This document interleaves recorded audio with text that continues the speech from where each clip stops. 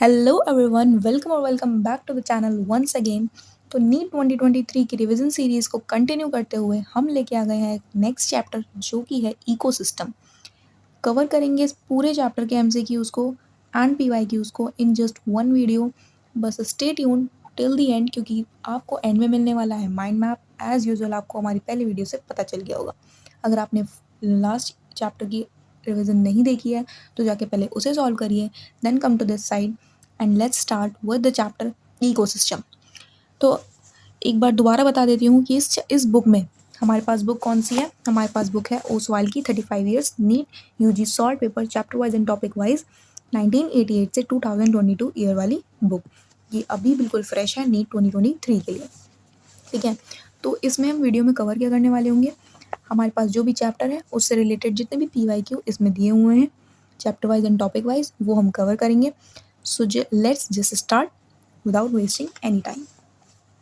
तो चैप्टर के स्टार्टिंग में एज यूजुअल पहले दिया जाता है सिलेबस। सिलेबस में हमारे पास यहाँ पे जो टॉपिक्स हमें एनसीईआरटी में सब हेडिंग्स टाइप दी जाती हैं वो यहाँ पे एज अ सिलेबस दी गई है। ठीक है, फिर इसमें चैप्टर एनालिसिस बहुत इंपॉर्टेंट चीज़ जो होती है मेरे अकॉर्डिंग, क्योंकि इसमें हमें पता चल जाता है कि कितने टॉपिक से मतलब कितने क्वेश्चंस आए हुए हैं किस किस टॉपिक से। ठीक है, तो जैसे कि अगर मैं देखूँ नीट 2020 के फेज सेकंड एग्ज़ाम में प्रोडक्टिविटी से एक ही क्वेश्चन आया था। ठीक है, लेकिन नीट 2017 में इकोलॉजिकल पिरामिड से 2 क्वेश्चन आए थे, जो कि हम खुद भी जानते हैं कि इकोलॉजिकल पिरामिड एक इंपॉर्टेंट पार्ट है इस चैप्टर का। लेकिन नीट 2020 में एक भी क्वेश्चन नहीं आया हुआ इकोलॉजिकल पिरामिड से। तो इसे देख के हम ये अज्यूम कर लेते हैं कि कौन सा टॉपिक हमारे लिए कितना इंपॉर्टेंट है और हमें कितनी ज़्यादा उस पर मेहनत करनी है। तो चलिए बढ़ते हैं आगे, इस वीडियो में कवर करते हैं इसके सारे पीवाईक्यू। एंड तक तो आपको जुड़े ही रहना है क्योंकि एंड में प्रोवाइड होने वाला है माइंड मैप इस चैप्टर का। तो स्टे ट्यून, चलिए बढ़ते हैं आगे। So yes, starting with the topic number 1 जो कि है ecosystem structure and function, productivity and decomposition. तो ये इसमें हमारा टॉपिक 1 दिया हुआ है। इसके हम प्रीवियस ईयर क्वेश्चन स्टार्ट करते हैं। Question number 1 is a very simple question, I thought जो आपको आना ही चाहिए। इसका तो आंसर आप मेरे बिना कहे ही जल्दी से लगा दीजिए। In the equation GPP minus R is equal to NPP। In the equation, ये हमारे पास इक्वेशन दी हुई है। आर रिप्रेजेंट्स, आर क्या रिप्रेजेंट करता है।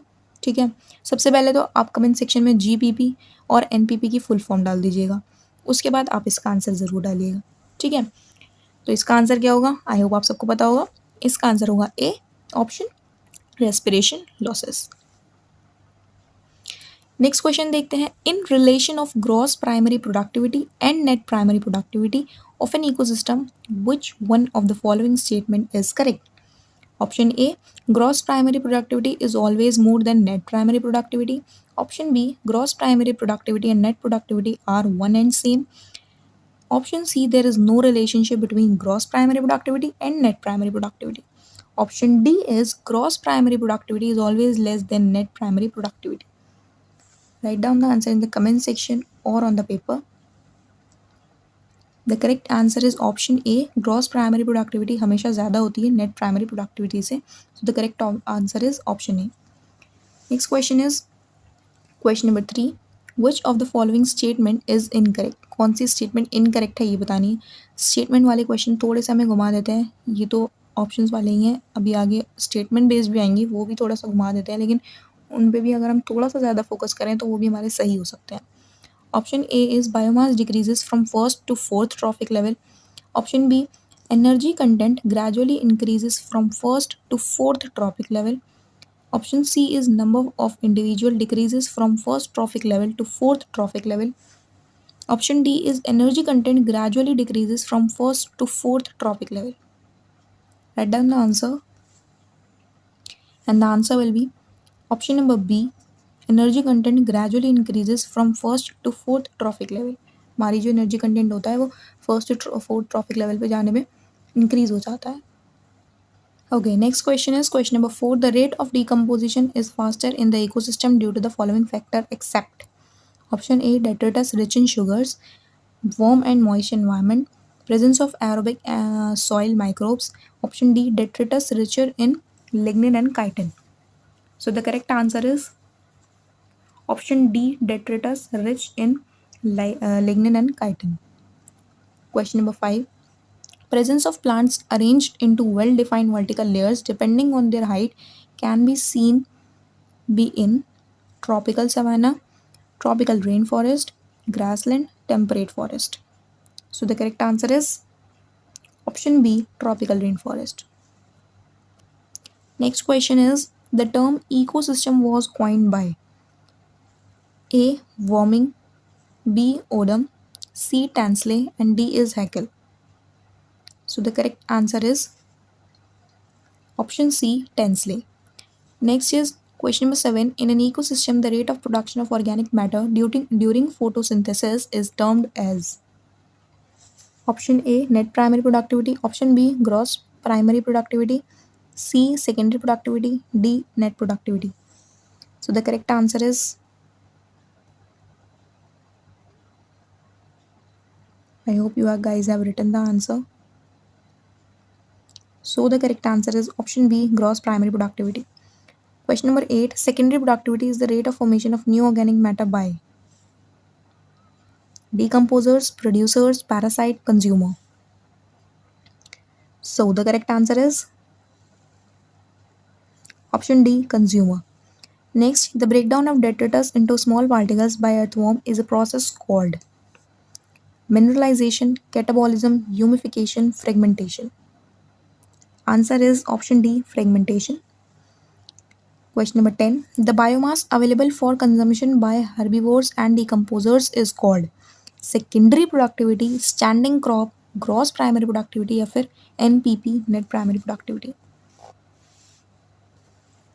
So the correct answer is option D, net primary productivity. Question number 11. The slow rate of decomposition fallen logs is due to poor nitrogen content, anaerobic environment, low cellulose content, low moisture content. Correct answer is option D, low moisture content. Question number 12. The highest net annual productivity occurs in tropical rainforest, tropical deciduous forest, temperate evergreen forest, or temperate deciduous forest. So the correct answer is tropical rainforest. So this was the questions of topic 1 ecosystem वाले का. अब हम next topic पे बढ़ते हैं, topic number 2. बढ़ते हैं next topic पे, topic number 2, energy flow and ecological pyramids.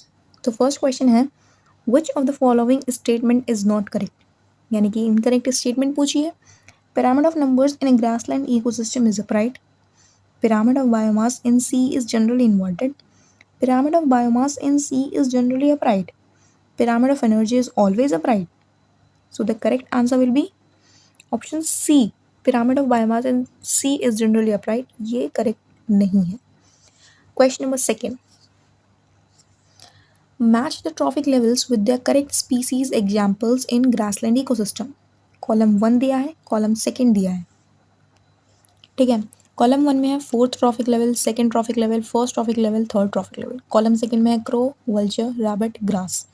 तो जिस कॉलम से हमें जिस कॉलम को मैच करना होगा उसके बाद हमारे पास ये MCQs ये ऑप्शंस दिए हुए हैं. So just read the question once again and answer it. So the correct answer will be option number D. Okay. Next question. Question number 3. Which of the following ecological pyramids is generally inverted? Pyramid of energy, pyramid of biomass in a forest, pyramid of biomass in a sea, और pyramid of numbers in grassland. कौन सा inverted होता है generally, ये पूछा है. Please mark the statement inverted पूछा है. So the answer will be pyramid of biomass in a sea is generally inverted. Question number 4 is what type of ecological pyramid would be obtained with the following data?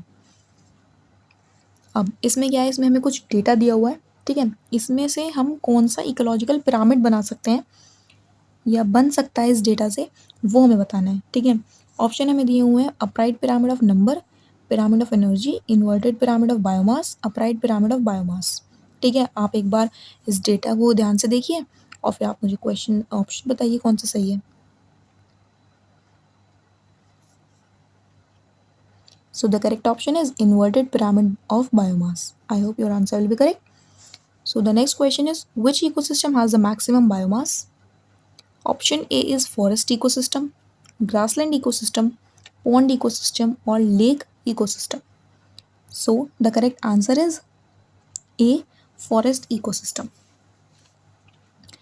Question number 6, if 20 joule of energy is trapped at producer level, then how much energy will be available to peacock as food in the following chain? Plant to mice to snake to peacock. ठीक है, तो option है हमारे पास 0.02 joule, 0.002 joule, सी है 0.2 joule and the option D is 0.0002 joule. यहाँ पे triple zero है, zero पे ज़रा ध्यान देंगे, यहाँ पे एक ही ज़ीरो है, यहाँ पे दो ज़ीरो है, यहाँ पे कोई ज़ीरो नहीं है, यहाँ पे 3 ज़ीरो है. ठीक है, so the correct answer will be option A 0.02 joule. ठीक है, नेक्स्ट क्वेश्चन है हमारे पास, of the total incident solar radiation the proportion of PAR is. PAR की फुल फॉर्म आप मुझे कमेंट करके बताएंगे. Options are more than 80%. इसमें पूछा गया है टोटल इंसिडेंट सोलर रेडिएशन में PAR का प्रोपोर्शन पूछा है, जो कि है मोर देन 80%, अबाउट 70%, अबाउट 60% और less than 50%. So your options are here, answer them.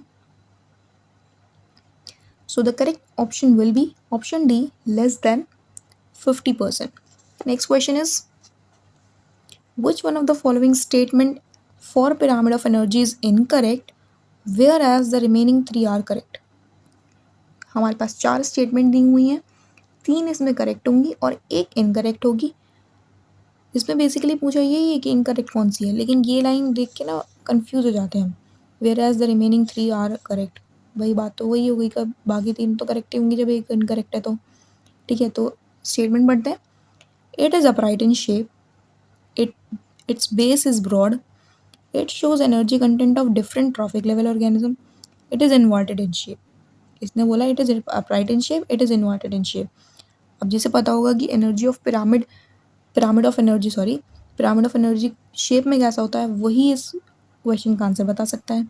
तो हमें पता है कि पिरामिड ऑफ एनर्जी जो होता है वो कैसा होता है, वो हमेशा अपराइट होता है. तो आंसर क्या होगा?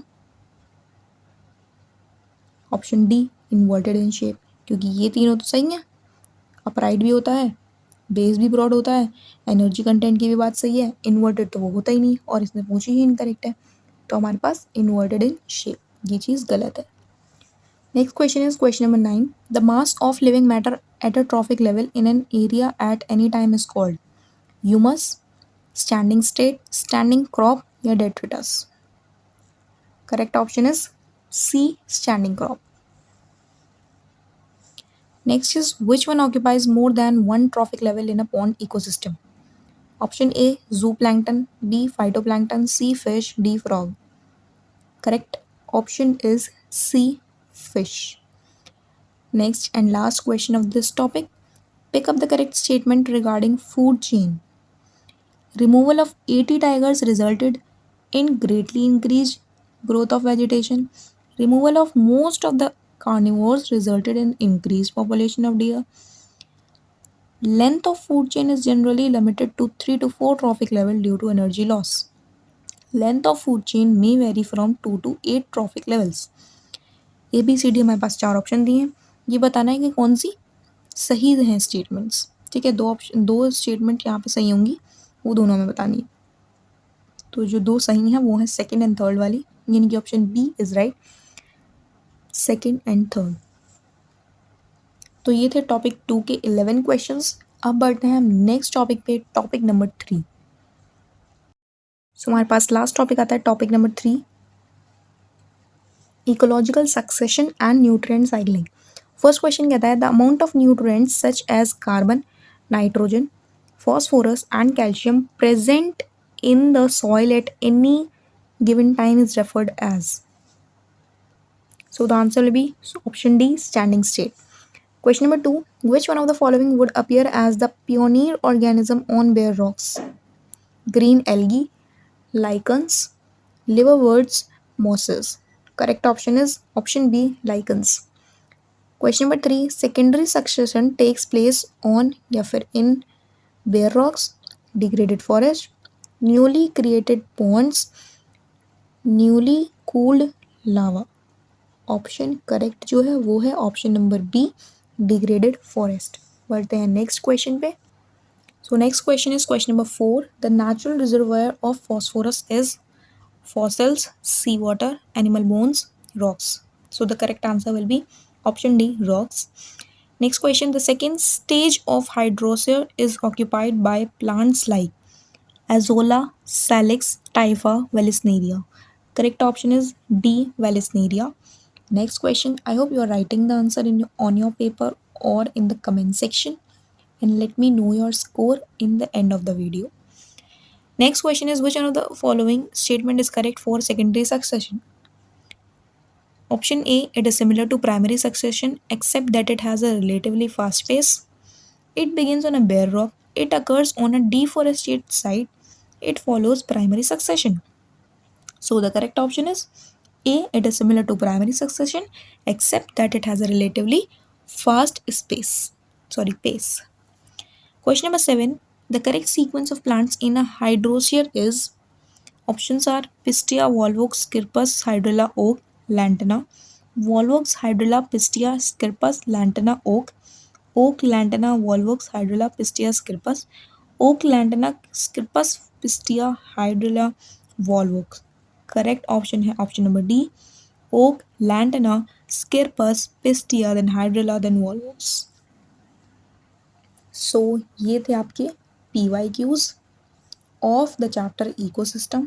Now moving towards the mind map of the chapter, as we have completed all the PYQ of the chapter ecosystem right now. तो एज प्रॉमिस ये है आपका इस चैप्टर का mind map. Just take the screenshot and then take the print out of this page. इसको आप अपने साथ रखिएगा क्योंकि नीट के टाइम पे जब आपका पेपर आने वाला होगा तब आपके पास रिविज़न करने के लिए ये बहुत ज़रूरी है. ये होना ही चाहिए क्योंकि बार बार एनसीईआरटी को आप नहीं पढ़ पाओगे. एंड टाइम पे तो आप बिल्कुल भी उसे रीड नहीं ही कर पाओगे. देन माइंड मैप्स आपको हेल्प करेंगे कि आप जल्दी से क्विक रिकैप ले सको कि आपने उस चैप्टर में पढ़ा गया था एक्चुअल में. PYQs तब कुछ काम नहीं आएगा, तब सिर्फ आपके माइंड मैप और आपके दिमाग में जो भी आपने पढ़ रखा होगा, जो आपके सेट होगा दिमाग में, सिर्फ वही याद आएगा. तो ये थी आपकी आज की वीडियो इकोसिस्टम चैप्टर की, जिसमें हमने कंप्लीट PYQs और माइंड मैप क्लियर कर लिए हैं. आई होप आप सबके काफ़ी सारे PYQs सही होंगे. जो भी आपका स्कोर रहा होगा out of how many questions it was, just comment me the score, let me know it in the comment section. मिलते हैं आपसे नेक्स्ट चैप्टर की वीडियो पे नेक्स्ट डे. तब तक के लिए कीप प्रिपेयरिंग.